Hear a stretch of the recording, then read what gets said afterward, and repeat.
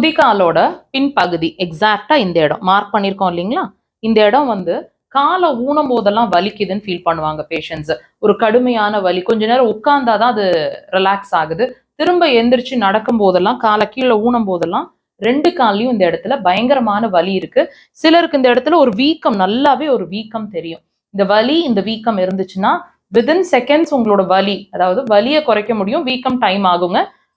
Point locate பண்றோம் பாருங்க. கால் பாதத்தோட நடுவுல, அதாவது நம்ம மெட்டி போடுற விரலோட நடு பகுதியில அந்த பாயிண்ட் இருக்கு. இந்த பாயிண்ட் நீங்க உடன் இன்ஸ்ட்ருமெண்ட்ஸ் வச்சிருக்கீங்கன்னா இப்படி ப்ரெஷர்ஸ், டீப் ப்ரெஷரா இருக்கட்டும். விரல்கள்னா நல்ல ப்ரெஷர்.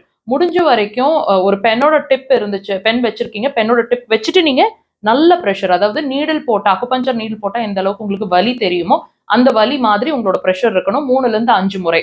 அதுக்கு முன்னாடி உங்க வலியை செக் பண்ணுங்க. நடந்து பார்த்து வலியை செக் பண்ணுங்க, ப்ரெஷர் கொடுங்க, மறுபடியும் வலியை செக் பண்ணுங்க. உடனே டிஃபரன்ஸ் தெரியும். ட்ரை பண்ணுங்க.